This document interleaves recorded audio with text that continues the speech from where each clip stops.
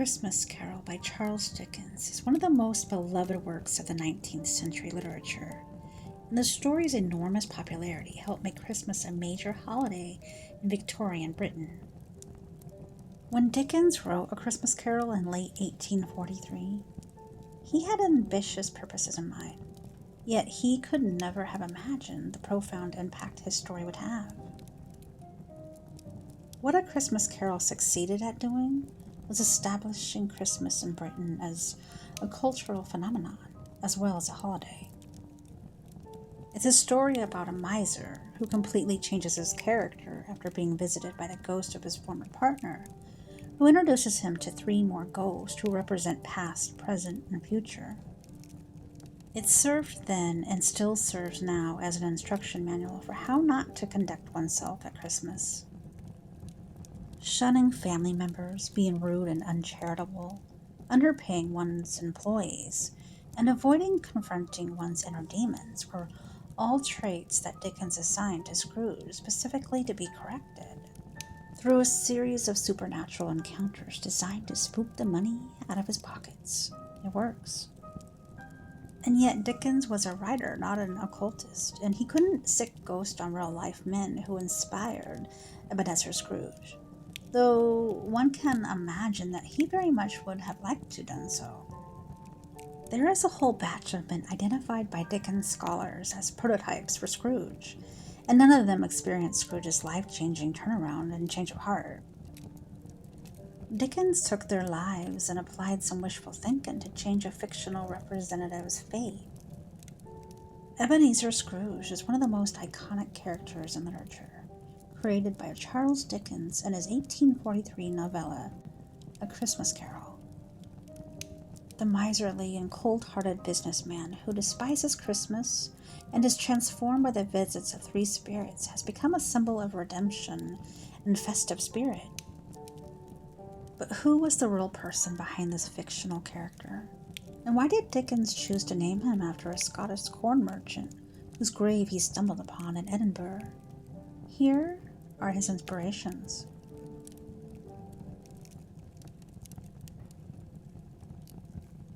The misread tombstone. The story goes that in 1841, Dickens was visiting Edinburgh for a lecture and decided to take a walk along the Royal Mile, the historic street that connects the Edinburgh Castle and the Holyrood Palace. As he passed through the Canongate Kirkyard, a cemetery that dates back to the 17th century, he noticed a gravestone that caught his attention. It belonged to Ebenezer Scrooge, who had died in 1836 at the age of 70. Scrooge had been a successful corn trader and vintner who had supplied Captain James Cook's ship Endeavour as it charted the Pacific. He had also served as Edinburgh's Lord Provost, the equivalent of a mayor, for 2 years. On his tombstone, he was described as a millman, meaning a corn merchant. However, in the dim light of the evening, Dickens misread the inscription as a mean man. He was struck by the contrast between the prosperous and respected life that Scrooge had led and the harsh judgment that his epitaph seemed to convey.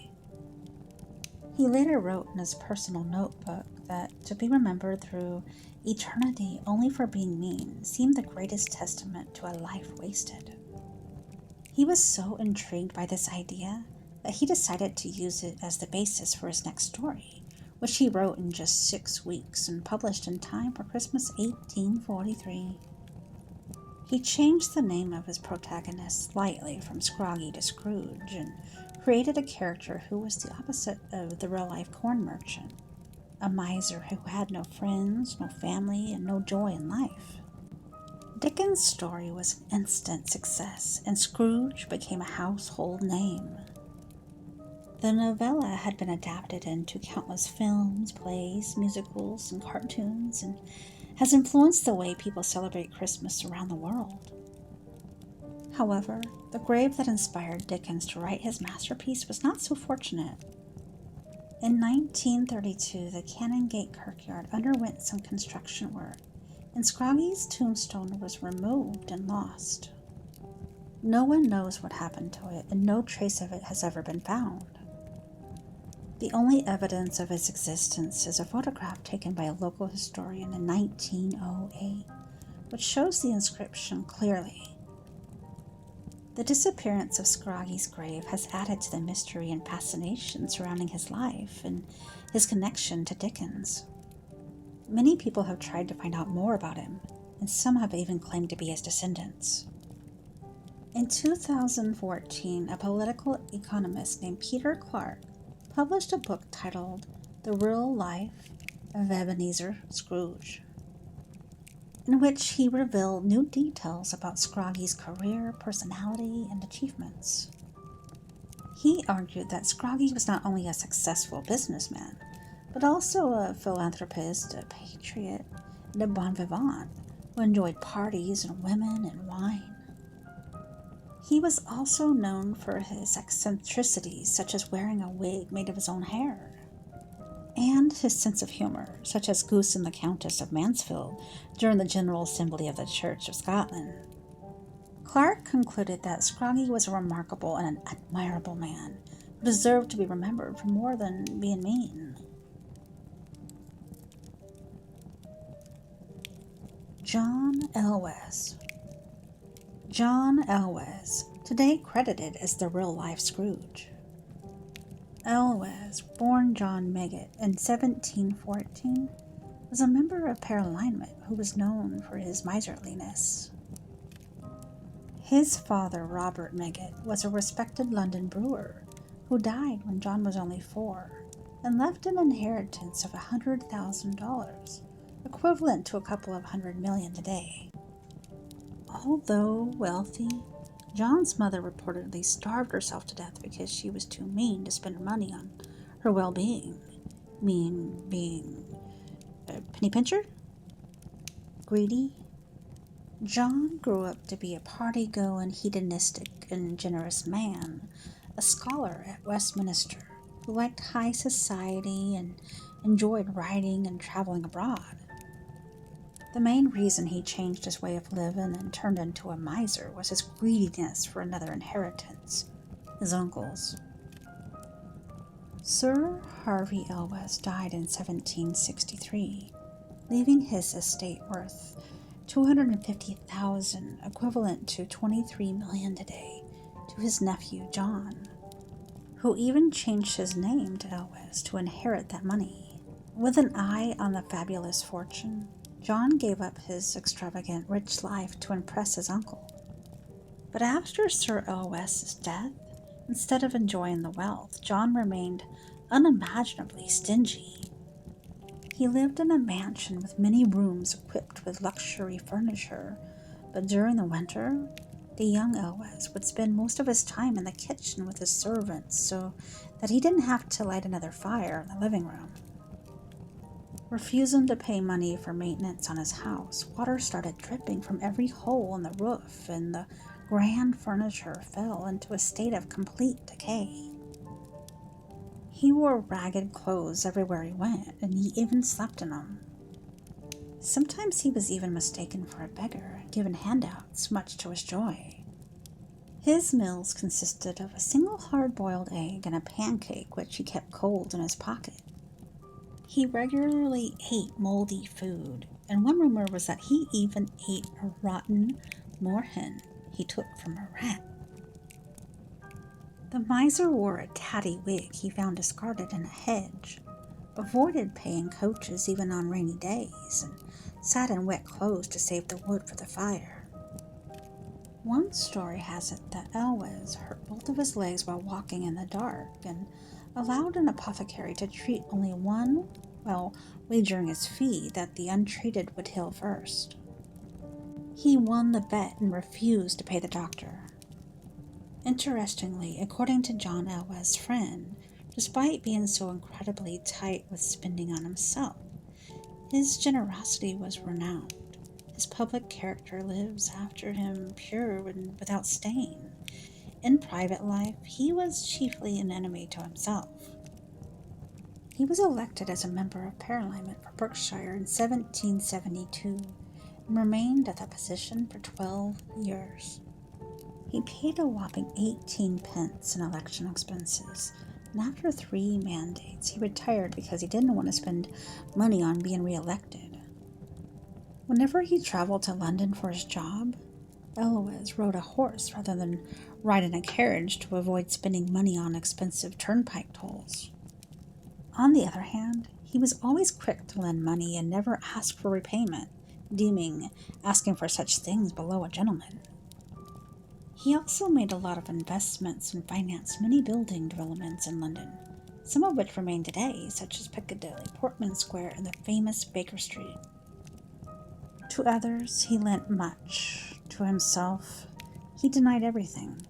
But in the pursuit of his property or in the recovery of it, I have it not in my remembrance one unkind thing that ever was done by him, said Edward.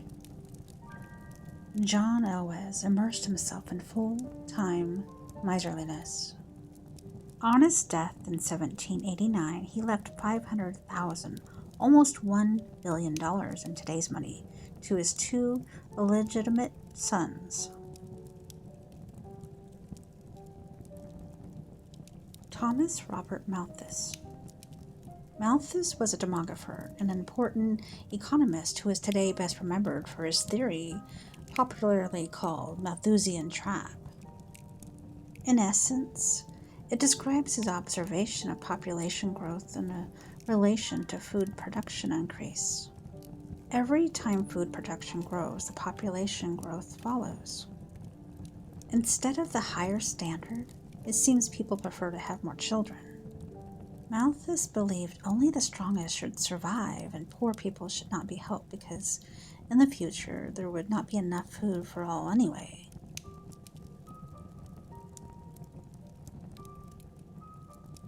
Jimmy Wood. James Jimmy Wood was a banker. He inherited Gloucester Old Bank from his grandfather and run it so efficiently it survived all kinds of business challenges. Jimmy was said to be so frugal he walked everywhere to save on money for carriages and once even slept in a place reserved for the dead. He also took long walks on the banks of Gloucester where he could find many small pieces of coal, useful for heating. Once he supposedly challenged a man who mocked his old clothes into a bet. If he could withdraw 100,000 pounds, the other guy should pay him 5 pounds. Jimmy Wood won, of course. It is not clear how many anecdotes about his miserliness are true, but the surviving documents show he was an active member of society, what distinguishes him from literary Ebenezer. John Dickens. Charles's own father could be another important influence on creating the character of Ebenezer Scrooge.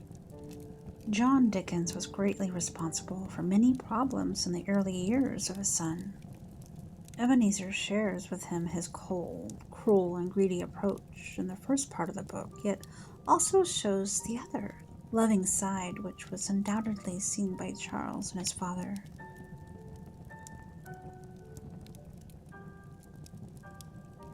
The legacy of Scrooge.